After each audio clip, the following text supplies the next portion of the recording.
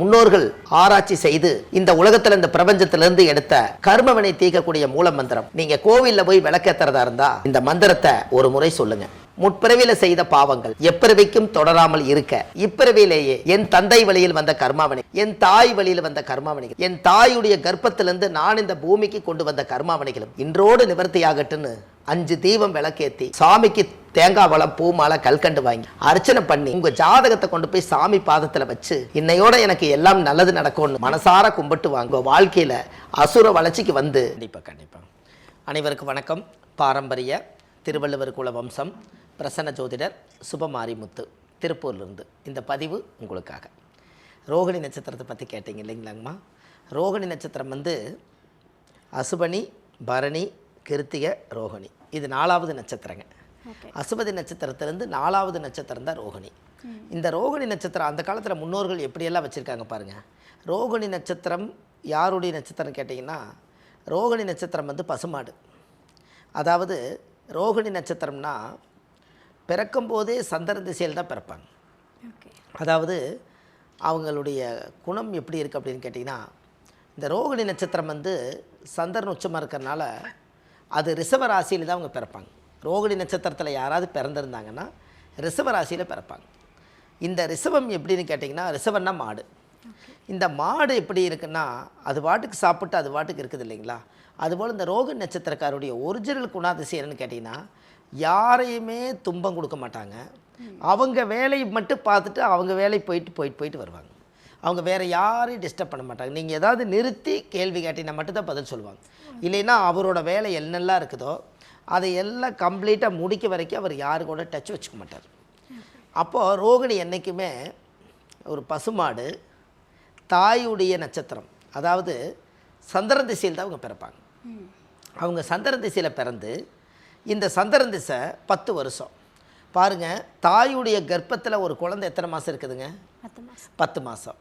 அதே போல் அந்த ஜாதகருடைய சந்திரன் திசை ரோகிணி நட்சத்திரத்துக்கு சந்திரன் திசையும் 10 வருஷம்தான். அந்த 10 வருஷத்தை தான் அந்த 10 மாதம்னு அந்த காலத்தில் பிரிச்சிருக்காங்க. இப்போ சூரியன் திசை 6 வருஷம்னா சூரிய உதயம் 6 மணி, சந்திரன் திசை 10 மாதம்னா அந்த 10 மாதம் குழந்தைக்கு அந்த 10 வருஷம். அப்போது இந்த சந்திரன் ரோகிணி என்ன பண்ணுவார் அப்படின்னா, அந்த காலத்தில் பார்த்தீங்கன்னா ரோகிணி நட்சத்திரம் வந்து கண்ணன் பிறந்த நட்சத்திரம். கண்ணன் என்ன பண்ணுவார்னா வெண்ணெய் திருடுவார், இந்த மாதிரி சின்ன சின்ன வேலைகள்லாம் பண்ணுவார் இல்லைங்களா. இவங்களுக்கு எப்போவுமே ரிஷபராசிக்காரர்களுக்கு என்ன வேஷம் போட்டாலும் ஒத்துவார். என்னங்கம்மா, ரிஷபராசிக்காருக்கு ரோகிணி நட்சத்திரத்தில் யாராவது பிறந்தா அவருக்கு வேஷம் வந்து அவங்க வாழ்க்கையில் நாடகம் நடிக்கும் போதாக இருக்கட்டும், ஒரு சினி உலகமாக இருக்கட்டும், ஒரு சீரியலாக இருக்கட்டும், ஏதாவது ஒரு பள்ளிக்கூடத்தில் இருக்கட்டும், இந்த நாடகம் போட்டு பரிசு வாங்கிறதுல முதலிடத்தில் இருப்பாங்க. ஏன் அப்படின்னு கேட்டிங்கன்னா, ரோகிணி நட்சத்திரத்தில் கண்ணன் பிறந்தார். கண்ணனுக்கு வந்து வேஷம் அப்படியே அழகாக போட்டிருப்பாங்க, பார்த்துருக்கீங்களா? ஒரு குழந்தைக்கும் கூட அந்த போடுவாங்க இல்லைங்கம்மா. அதாவது கண்ணன் பிறந்தது வந்து அந்த கண்ணனுடைய மதுராவில் கண்ணன் பிறந்தாருன்னு சொல்லி அந்த புல்லாங்குழல் கொடுத்த மூங்கில்களே புருஷோத்தமன் புகழ் பாடுங்களேன்னு அந்த ஒரு கண்ணன் வந்து குருவாயூர் தண்ணி லெவல் தவழ்கின்றவன்.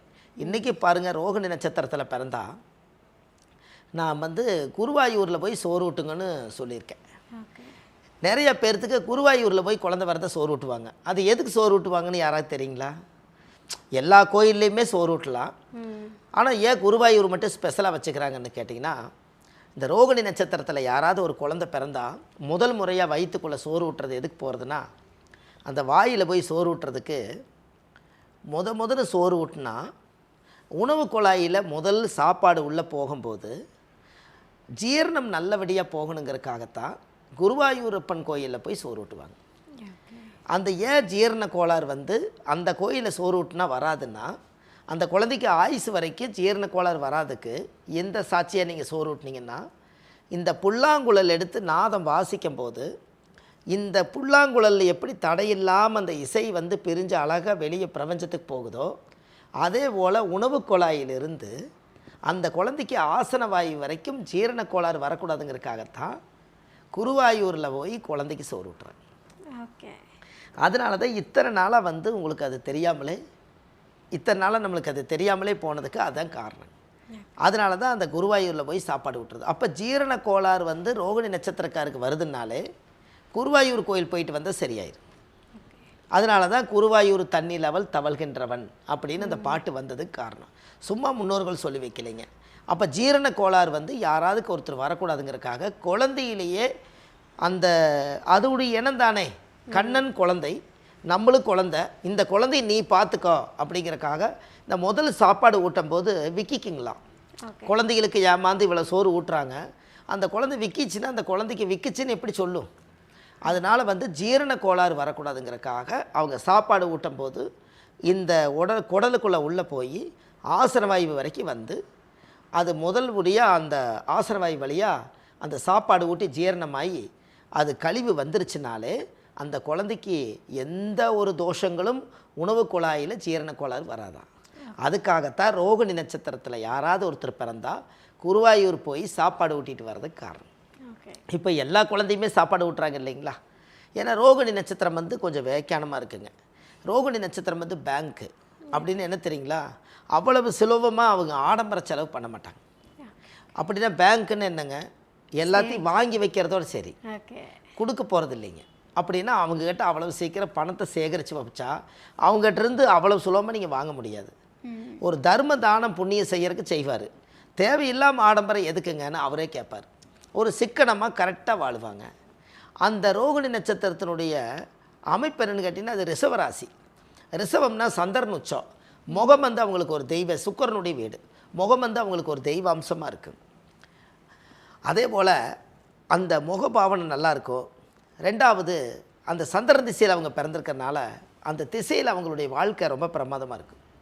இந்த சந்திரன் திசை வந்து தாய் மேல் ரொம்ப பாசமாக இருப்பாங்க. அவங்க சிக்கனமாக செலவழித்து வரக்கூடிய மனைவியாக இருந்தாலும் அவங்ககிட்ட சிக்கனமாக பிழைக்க சொல்லி இவங்க புத்தி சொல்லுவாங்க. அப்போ அவங்க ஆடம்பரத்தை விரும்பாதவங்கன்னு அர்த்தம். அப்போ ஆடம்பரத்தை அவங்க விரும்பலைன்னா அவங்க இருக்கிறத வச்சு வாழ்ந்துக்கலான்னே நினச்சிக்குவாங்க. ஒரு அளவாக வீடு கட்டி வாழ்ந்துக்கலாம், நிறைய வீடு கட்ட வேண்டாம், அளவாக போதும், எதுக்கு கஷ்டப்படுற, இப்படியெல்லாம் புத்தி சொல்லி தன்னைத்தானே அவங்க செஞ்சுக்குவாங்க. இது எல்லாம் ரோகிணி நட்சத்திரத்தினுடைய அம்சம். அப்போது இந்த ரோகிணி நட்சத்திரத்தில் சந்திர திசையில் இந்த குழந்தை பிறந்தா அப்போ சொல்லுங்கள், அப்போ சந்திர திசை 10 வருஷம். அப்போ தாயுடைய கருவறையிலிருந்து தொப்புள் கொடி அறுக்கும்போது ஆதி எந்த பரம நாளிகை தாய் மாதா கர்ப்பத்தில் நீக்கி சென்றது போக நின்றது 5 வருஷம் வச்சுக்கலாங்க. சந்திர திசை 10 வருஷம்னா இருப்பு ஒரு 5 வருஷம் பொதுவாக மக்களுக்கு வச்சுக்கலாம். அப்போ 5 வருஷம்னா சந்திர திசை 5 வருஷம்னா 5 வயசு குழந்தையாக இருக்கும்போது அந்த குழந்தைக்கு சந்திர திசை முடிஞ்சிடும், தாயுடைய திசை. அடுத்து செவ்வாய் திசை ஒரு 7 வருஷங்க, 7 5 12 வயசு. அந்த பொண்ணாக இருந்தாலும் ஆணாக இருந்தாலும் ஒரு 12 வயசு வரைக்கும் அந்த செவ்வாய் திசை போகும். அப்போ செவ்வாய் திசையில் அந்த குழந்தை படிப்பாங்க.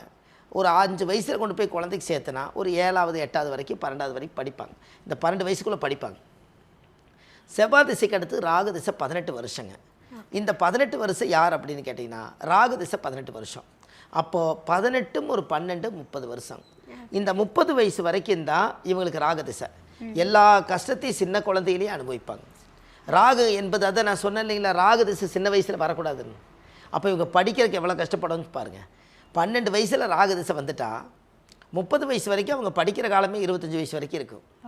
அப்போ அவங்க படித்து 3 காலேஜ் 12வது வரைக்கும் +2 படித்து 3 காலேஜ் முடித்து 2 டிகிரி முடித்து ஒரு ட்ரைனிங் எடுத்து அப்புறம் அவங்க வேலைக்கு போகும்போது அவருக்கு வயசு 25 26 ஆயிருமல்ல. அப்போது இந்த ராகு திசையில் கேட்டிங்கன்னா எப்படிங்க படிச்சிங்கன்னு கேட்டால் ஏனுங்க பேசுகிறீங்க, படாத கஷ்டப்பட்டுட்டேன், இதில் படித்ததெல்லாம் மெமரியில் இல்லை, எல்லாம் புக்கை பார்த்து படிக்கிறேன், எழுதும்போது மறந்துடுறேன், எனக்கு இதுலேயுமே ஒரு திருப்தி இல்லைங்க, என்னமோ நான் வாழ்ந்துட்டுருக்கேன், அவ்வளோதான் எனக்கு தெரியும் அப்படின்னு இந்த ராகு திசையில் சொல்லுவாங்க. சில பேர்த்துக்கு அந்த ராகு திசையை உங்களை கல்யாணம் பண்ணி வச்சிரும். 30 வயசுக்குள்ளே ராகு திசையும் கல்யாணம் பண்ணி வச்சுருங்க. அப்படி ராகு திசையில் கல்யாணம் பண்ண முடியாத தடை இருக்கிறவங்களுக்கு, ஏன்னா ஜாதகத்தில் ராகு தோஷம் செவ்வாய் தோஷமெல்லாம் இருக்குது இல்லைங்களா, இந்த தடையினால் 30 வயசுக்கு மேலே ராகு திசை முடிஞ்சு குரு திசை 18 குரு திசை 16 வருஷங்க. அப்போது 30 ஒரு 16 46. அப்போ 46 வயசுக்குள்ளே இவர் கல்யாணம் நடந்து அவங்களுடைய எதிர்கால திட்டத்துக்கு 46 வயசுக்கும் போது இடம் வாங்கிறது, வீடு வாசல் கட்டுறது, பையனை படிக்க வைக்கிறது, 2 குழந்தைகளை பெற்று வளர்த்தி ஆளாக்கி ஒரு மனுஷனாக்கிறது எல்லாமே ராகு திசை முடிஞ்சு குரு திசையில் இது நடக்குங்க. அப்போ பாருங்கள், ரோகிணி நட்சத்திரத்தில் சந்திர திசையில் பிறந்து செவ்வாய் முடிஞ்சு ராகு முடிஞ்சு குருவில் தான் அவங்களுடைய எதிர்கால திட்டமே இருக்குது. அப்போ இந்த ராகு திசை முடிஞ்சு கரெக்டாக குரு திசை வந்தால் 46 வயசுக்கும் போது ஜாதகத்தில் நல்ல யோகம் என்ன அப்படின்னு கேட்டிங்கன்னா, உண்மையாலுமே அந்த 46 வயசுக்குள்ள ஒரு பெரிய மனுஷனுடைய தகுதி அவர் எடுத்துக்கிறாருங்களா, ஒரு சமுதாயத்தில் ஒரு கௌரவமான மனிதராக மாறிடுறாரா, இடம் தட வீடு வாசல் வாங்கி ஒரு வீடு கட்டுற வேலையை நடத்துவார். இந்த 46 வயசுக்குள்ளே அவங்களுக்கு சொத்து அமையும். ஏன்னா பிறக்கும் போதே சந்திரன் திசை. எப்பவுமே இந்த சந்திரன் திசையில் ஒருத்தர் பிறந்தாலே இவங்க பிறந்து வளர்ந்து தலையெடுத்து ஒரு சொத்து நல்லா வருது, கைகூடி வரும். அப்போது அப்போ 20 ஒரு 18, அப்போ 46 வயசு வரைக்கும் குரு திசை, நீங்கள் ராகு திசை முடிஞ்சு குரு திசை வந்தீங்க இல்லையா. இப்போ சனி திசை 19 வருஷங்க. அப்போ 46 ஒரு 19 வந்துருச்சு இல்லைங்களா. அப்போது 20ன்னு கணக்கு போட்டாலும் கூட 46 ஒரு 20 66. அப்போ 65 வயசுங்கும் போது இவருக்கு ஜாதகத்தில் உண்மையாலுமே குரு திசை முடிஞ்சு சனி திசையில் தான் அவர் ரிட்டையர்ட் ஆகிறாரு. என்னங்கம்மா, சனி திசையில் தான் அவர் ரிட்டையர்ட் ஆகிறாரு. அப்போ ஜாதகத்தில் வந்து பிறக்கும்போது ரோகிணி நட்சத்திரத்தில் பிறந்து சந்திரன் திசை முடிஞ்சு செவ்வாய் திசை முடிஞ்சு ராகு திசை முடிஞ்சு குரு திசை முடிஞ்சு சனி திசை, அவருக்கு 5ஆம் திசையிலேயே 60 வயசுக்கு மேலே வந்துட்டார். அப்போ அவர் ரிட்டையர்ட் ஆகிற காலம் வரும்போது அப்போ பாருங்கள், பிறகு சனி பாம்பு ரெண்டும் பிற்பலனை கொடுப்பார்கள். ஏன் முன்னால் ராகு வந்தது, பின்னால் சனி வந்துருச்சுங்களா, இதை மறந்துடக்கூடாது இல்லைங்க நம்ம. பிறகு சனி பாம்பு ரெண்டு பிற்பலன். அப்போ ராகு திசை முன்னாடி வந்து கஷ்டப்பட்டார். பிறகு சனி பாம்பு ரெண்டு பிற்பலனை கொடுப்பார்கள்னா சனி வந்ததுக்கப்புறம் 60 வயசுக்கு மேலே அவர் கடமை முடிஞ்சதல்ல. என்னங்கம்மா, 60 வயசில் அவருக்கு ஜம்முன்னு ஆனந்தமாக பரவாயில்ல, 2 குழந்தை பெற்றாலும் எனக்கு 60ன்னா அவங்களுக்கு 30 கல்யாணம் பண்ணி வச்சுட்டேன், பசங்களுக்கு அவங்கவுங்களுக்கு ஒரு படிக்க வச்சு வேலை வாங்கி கொடுத்துட்டேன், எனக்கு 60 வயசு ஆயிடுச்சு, நான் ரிட்டையர்ட் ஆகிட்டேன். இந்த ஃபாலோ கரெக்டாக பண்ணிட்டாங்கன்னா எதிர்காலத்தில் வந்து 60 வயசுக்கு மேலேயாவது உடல் சந்தோஷம் இல்லைனாலும் மன சந்தோஷம் இருக்கும் இல்லைங்களா.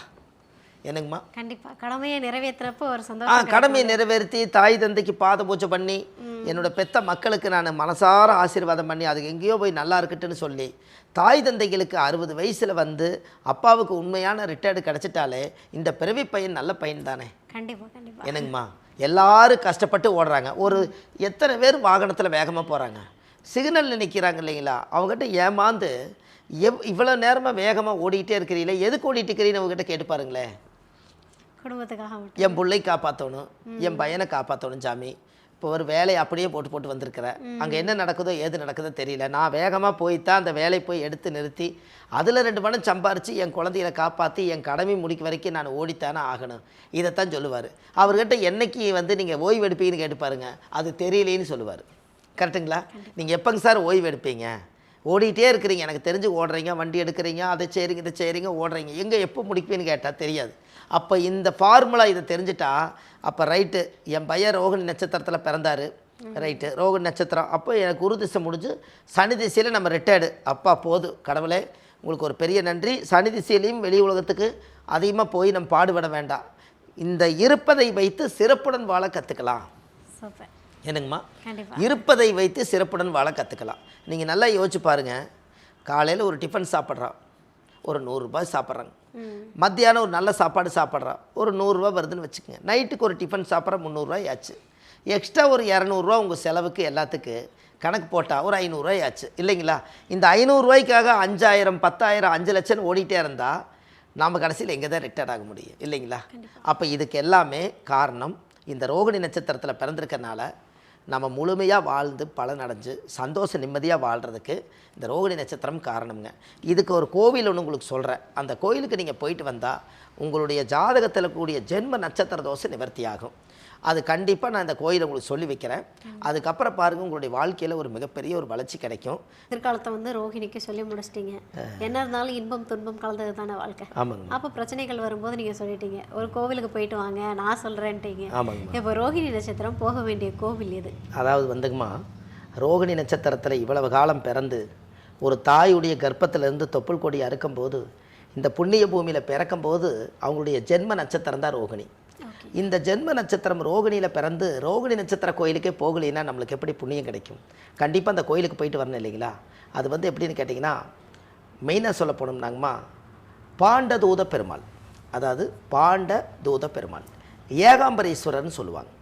இது வந்து ஜாதகத்தில் வந்து எல்லா யோகத்தையும் அடைஞ்சது. அதாவது பாண்டதூத பெருமாள். ஓகே. இதை வந்து கூகுளில் நீங்கள் சர்ச் பண்ணும்போது கரெக்டாக கிடச்சிரும். ஏகாம்பரேஸ்வரர்னு சொல்லி காஞ்சிபுரம் போகிற வழியில் இருக்குதுங்க. காஞ்சிபுரம் பக்கத்தில் அந்த கோயில் இருக்குது.